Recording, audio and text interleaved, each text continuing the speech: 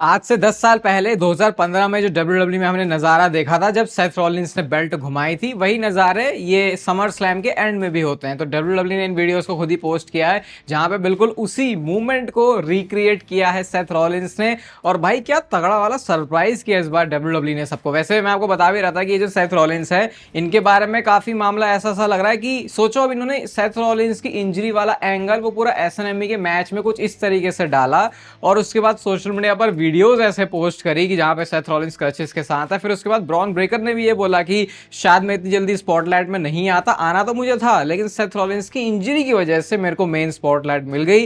And उसके बाद summer slam में WWE ने शॉक करते हुए सेथ रॉलिंस ना सिर्फ वापस आए बल्कि उन्होंने कैश इन भी किया, सक्सेसफुल भी हुआ और वो बन चुके हैं नए वर्ल्ड हेवीवेट चैंपियन। तो अब आई थिंक कहना अब कोई यही नहीं कह सकता कि WWE प्रेडिक्टेबल है। अब तो इवन ऐसा है कि आप चाहे जितना दिमाग लगा लो, WWE शायद एंड में जाके कुछ उल्टा ही ऐसा कुछ घुमा देगी मामला कि जो आपने सोचा था वो शो पे शायद आपको नहीं दिखेगा, बल्कि उससे ज्यादा ही कुछ सरप्राइजिंग चीजें हो जाएंगी। कभी कभी ये चीजें अगेंस्ट में भी काम कर जाती हैं कि जो चाहिए होता है वो होता नहीं है और जो चाहिए था वही अच्छी चीज थी। लेकिन ये सेथ रॉलिंस का डेफिनेटली कैश इन जो है वो हमेशा ही याद रहने वाला है। और समर स्लैम के बाद बड़ी सारी इंटरेस्टिंग चीजें हुई, जैसे पहले तो रोमन रेंस का रिएक्शन क्या है, तो फैमिली फर्स्ट करके उन्होंने अपने सोशल मीडिया पर वीडियोस वगैरह पोस्ट की हैं और यहाँ पे जो रोमन रेंस हैं वो यही बात बोल रहे हैं कि कैसे हम फैमिली वाले लोग हैं, तो भाई फैमिली हमेशा फर्स्ट होती है। तो यहाँ पे पूरा इनका जो भाईचारा है या फिर जो परिवार चारा है, जो फैमिली चारा है वो ऑन टॉप नजर आ रहा है। एक वीडियो और आती है और ये रोमन रेंस ने खुद ही अपने इंस्टाग्राम पे पोस्ट की। यहाँ पे नज़ारा थोड़ा अलग सा लग रहा है जहाँ पे रोमन रेंस पता नहीं जाते जाते ऐसे ऐसे कर रहे हैं जैसे कि अब बैक स्टेज जाके उनको थोड़े पैग वैग मारने हैं, क्योंकि उनका जो मैच है वो उनके फेवर में रहा है, वो मैच जीत भी चुके हैं। इतना हंसता खेलता रोमन रेंस दिखा नहीं है, तो इस तरीके से रोमन रेंस को देखना थोड़ा सा अच्छा भी लग गया। और वो रोमन रेंस का वो जो ऐसे वाला जेस्चर था उसको बहुत सीरियसली लिया है जे उसो ने। ऐसा मैं क्यों कह रहा हूँ अभी आपको एक्सप्लेन करूंगा थोड़ी देर में, लेकिन पहले आपको एक सीरियस चीज बता देता हूँ जो कि ब्रॉन ब्रेकर से रिलेटेड है। तो ब्रॉन ब्रेकर ने जब ज्वाइन किया था सेथ रॉलिंस को लास्ट में, जब ये सारे लोग सेलिब्रेट कर रहे थे, तो उस टाइम पे आपने देखा होगा ब्रॉन ब्रेकर सही से चल नहीं पा रहे और उसकी पूरी एक वीडियो भी है, यहाँ पे आप इस फुटेज में देख सकते हो।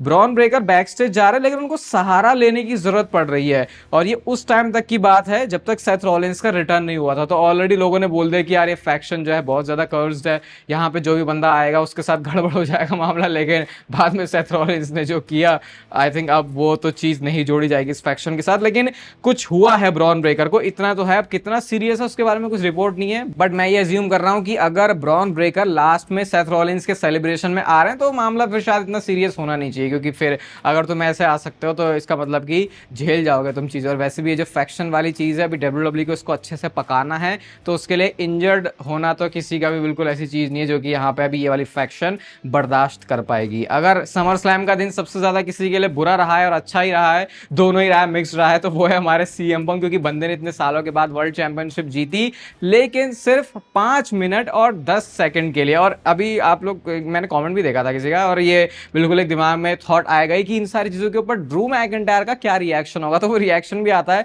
लेकिन अगर आप ड्रू मैकिंटायर और CM पंक को हेड टू हेड कंपेयर करोगे तो भाई ड्रू मैकिंटायर आगे तो निकल गया थोड़ा CM पंक से, क्योंकि जब उन्होंने रेसलमेनिया में वर्ल्ड चैंपियनशिप जीती थी, यही सेम चैंपियनशिप, तो डेवन प्रीस्ट ने आके उनके ऊपर कैश इन कर दिया था और ड्रू मैकिंटायर की नजरों में CM पंक ने उनको स्क्रू करा था। तो स्टिल ड्रू मैकिंटायर का जो रेन था वो 5 मिनट 46 सेकंड्स का था।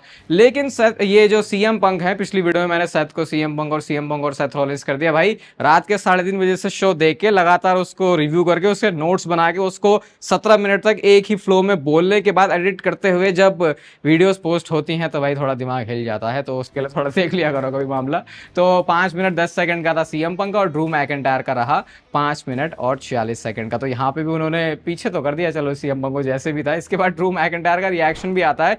रिएक्शन भी ऐसे आया कि उनसे उनके मैच के बारे में पूछ रहे हैं, लेकिन उन्होंने बोला कि इसके ऊपर तो मुझे अपना ओपिनियन चाहिए। और ड्रू मैकिंटायर ने बोला कि karma is a bitch, CM punk तूने मेरे साथ ऐसा किया था ना, तो तेरे साथ भी यही होना था। वो कहते हैं कि सेथ रॉलिंस से मेरी कोई दुश्मनी नहीं है, लेकिन इस जगह पे जो वो CM पंक को देख रहे हैं उनको ये देख के बहुत ज्यादा खुशी और अच्छा महसूस होता है। तो ये ड्रू मैकिंटायर का ऑनेस्ट रिएक्शन था। अभी ड्रू मैकिंटायर के मैं तो सोचा कि कैश इन नहीं होता और फिर ड्रू मैकिंटायर सेम रोस्टर में है या WWE में है और उस समय CM पंक वर्ल्ड चैंपियन है, तो इस बंदे को कितनी प्रॉब्लम हो सकती थी, लेकिन वो भसड़बाजी के तक बात जानने की बात ही नहीं आई क्योंकि सेथ रॉलिंस ने पहले ही कैश इन कर दिया था। तो इस वजह से ड्रू मैकिंटायर जो है बहुत हैप्पी मूड में, और जो मैंने आपको वीडियो के स्टार्टिंग में बोला कि भाई जे ऊसो जो है थोड़ा सीरियस ले गया है रोमन रेंस की बातों को, सही में जे ऊसो सेट होके आए थे। ये जो पोस्ट शो हमने देखा समर स्लैम का, अब ये कोई नई बात नहीं है, वैसे हमेशा ही हमने ये तब देखा था जब कोडी रोड्स और जे ऊसो ने चैंपियनशिप जीती थी और उस टाइम पे फिर वो सेट होके आ गए थे, फिर ईट ईट कर रहे थे।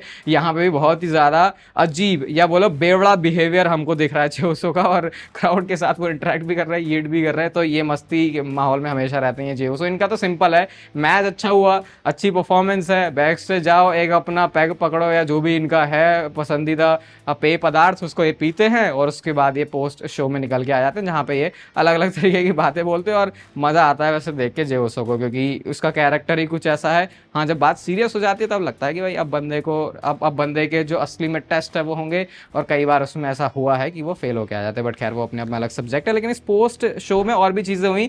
अब डब्ल्यूडब्ल्यू ने प्रेस कॉन्फ्रेंसेस करना बंद कर दिया है, किस स्पेसिफिक रीजन की वजह से वो पता नहीं चला, लेकिन पोस्ट शो के अंदर भी थोड़ी थोड़ी सेम वाइब ये दे देते हैं, लेकिन क्वेश्चंस वहां पे मीडिया वाले बंदे नहीं पूछ सकते। तो शायद हो सकता है उस चीज से इनको प्रॉब्लम हो, या अभी वो उस चीज को अवॉइड करना चाह रहे हैं, तो वो एक रीजन हो सकता है। लेकिन इस वाले पोस्ट शो में हमारे नए world heavyweight champion Seth Rollins भी होते हैं। बोला उन्होंने कुछ नहीं, बस आते हैं अपने म्यूजिक पे उन्होंने वाइब किया है अच्छे से। Paul Heyman, Bronson Reed, Bron Breakker वहां पे होते, ब्रॉन्सन रीड तालियां बजवा रहे सबसे, और बस वहां से हंसते खेलते गाते नाचते हुए सेथ रॉलिंस चले गए। इस दुनिया का सबसे हैप्पीएस्ट पर्सन ही इस समय सेथ रॉलिंस है, क्योंकि 2015 में भी उसने कैश इन किया था सक्सेसफुल, और वो एक बहुत बड़ा मूवमेंट था, हाईएस्ट ऑफ द सेंचुरी। और अब यहाँ पे जो रूल्स ऑफ द सेंचुरी है वो भी सेथ रॉलिंस बना चुके हैं। अपनी इस लेगेसी को तो बिल्कुल सीमेंट ही कर दिया अब सेथ रॉलिंस ने इस वाले सक्सेसफुल कैश इन के साथ ही। जब भी तुम मनी इन द बैंक के बारे में बात करोगे ना डब्ल्यूडब्ल्यू में, तो उस सेम कॉन्वर्सेशन के अंदर, सेम सेंटेंसेस के अंदर इनका नाम तो जरूर आएगा। तो ये अपने आप में एक अलग ही जो सेथ रॉलिंस है वो पहचान बना चुके हैं। अब बंदे के पास चैंपियनशिप आ गई है, तो देखते हैं जो स्टोरीज है वो कितनी इंटरेस्टिंग होती हैं। और एक वीडियो भी आई है यहाँ पे एक फैन की, ऑब्वियसली मैं इसको ऑडियो में तो नहीं प्ले कर पाऊंगा आपके लिए, लेकिन यहाँ पे क्या होता है कि ये बंदा बहुत ज्यादा गुस्से में है।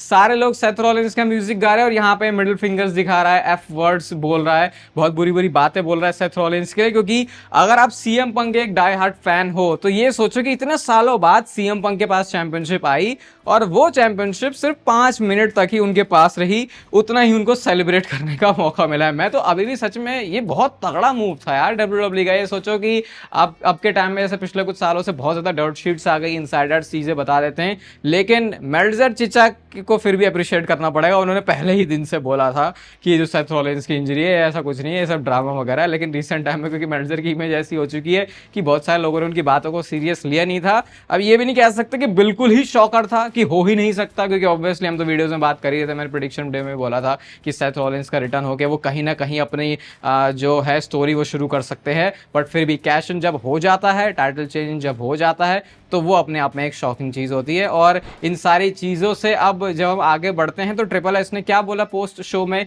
उन्होंने भी बोला कि यहाँ पे तो सेथ रॉलिंस चेस खेल रहा है जब सारे लोग जो है चेकर्स खेलते हैं। और सेथ रॉलिंस को यहाँ पे उन्होंने अप्रिशिएट भी किया कि प्रोफेशनली उन्होंने कैसा काम किया, और यहाँ पे जो सारी तारीफ हैं वो हो रही होती हैं। थोड़े से वो शॉर्ट्स भी ले लेते हैं कि कैसे बातें चल रही थी सेथ रॉलिंस की मेडिकल रिपोर्ट्स के अराउंड, लेकिन उन सब चीज़ों के बाद समर स्लैम में हमने देखा कि जो सेथ रॉलिंस है उनका कैश इन हो चुका है। तो ये तो थी समर स्लैम की नाइट 1। अभी मज़ा ख़त्म नहीं हुआ है, अभी है समर स्लैम की नाइट 2। और क्या इसमें कुछ कल बहुत बड़ा बम फूटने वाला है? क्या ऐसा बम जो कि नाइट 1 को भी टॉप कर देगा?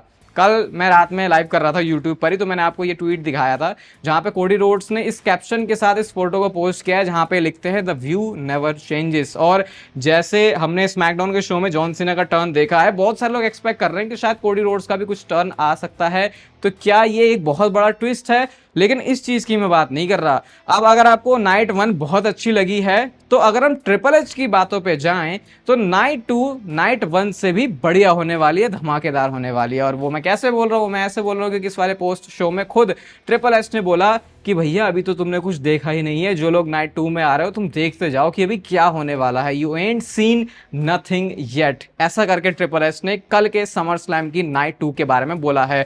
अब इससे हम क्या आइडिया लगा सकते हैं, मैंने आपको 3 चीजें बोली थी, अगर समर स्लैम में हो जाती तो समर स्लैम को बोल सकते हैं कि ये हाँ अच्छा खासा शो था। उसमें से एक चीज हो चुकी है जो कि है सेथ रॉलिंस का रिटर्न, उनका कैश इन, और वो बन चुके हैं नए वर्ल्ड हेवीवेट चैंपियन। अब 2 ऐसे और बड़े सरप्राइज हैं जो कि लोग एक्सपेक्ट कर रहे हैं समर स्लैम के लिए, जिसमें एक नाम है ड्वेन द रॉक जॉनसन का। वो पूरी स्टोरी मैंने आपको सारी वीडियोस में एक्सप्लेन करी है कि कैसे जो डबल टर्न है, जो स्टोरी चल रही है कोडी रोड्स और जॉन सीना वाली, उसमें कैसे अब रॉक आ सकते हैं, क्या पता वो कोडी रोड्स के साथ अब जाके अलाइन हो जाएंगे, वो जो सोल है वो सही में बिक जाएगी, ये सारी स्टोरी लाइन। और जो दूसरा नाम है ये तो अनबिलीवेबल ही होगा अगर कुछ भी WWE ऐसा कर रही है, और ये नाम है the beast incarnate Brock Lesnar का। अगर ट्रिपल एच की बातों के हिसाब से जाएं तो अगर नाइट 2 ऐसी है और वो कह रहे हैं कि अभी तो तुमने कुछ देखा ही नहीं है, नाइट 2 में कुछ होने वाला है, तो फिर इतना तो क्लियर है कि ये जो भी हुआ है सेथ रॉलिंस का कैश इन, इससे कुछ और ज्यादा बड़ी शॉक वैल्यू लेके आने वाली चीज WWE ने नाइट 2 के लिए प्लान करी है। वैसे पास्ट में ट्रिपल एच ऐसा बोल चुके हैं, जब उन्होंने बोला था रॉक और जॉनसन वाला जो एंगल हुआ था एलिमिनेशन चेंबर में, कि कुछ क्या बोला था उन्होंने, इंडस्ट्री चेंज करने वाला कुछ मूवमेंट होगा, लोगों ने उसको सीरियसली लिया नहीं, और उसके बाद उस मूवमेंट के लिए तो बहुत बड़ी चीज थी। तो अगर फिर से ट्रिपल एच ऐसा कह रहे हैं तो फिर अब सीधा समर स्लैम की नाइट 2 के रिव्यू के साथ ही मिलेंगे सुबह कि क्या खिचड़ी पकती है और क्या हमारे लिए बड़ा सरप्राइज है। बाकी इंस्टाग्राम पे आके आप लोग फॉलो कर लेना, वहां पे भी जो कंटेंट वगैरह है वो सब आता ही रहता है। 2 अकाउंट है, एक रसल चैटर वाला, एक रोहित पंत वाला। इस वीडियो को यहाँ तक देख रहे हो तो इसे लाइक कर देना, क्योंकि यहाँ पे WWE से रिलेटेड कंटेंट पिछले 8 सालों से आता है, इस साल हमें पूरे 8 साल हो जाएंगे। एंड ठीक है, फिर चैनल को सब्सक्राइब कर दो, और तब तक फिर ऐसे सेथ रॉलिंस की तरह लेते रहो जिंदगी के मजे।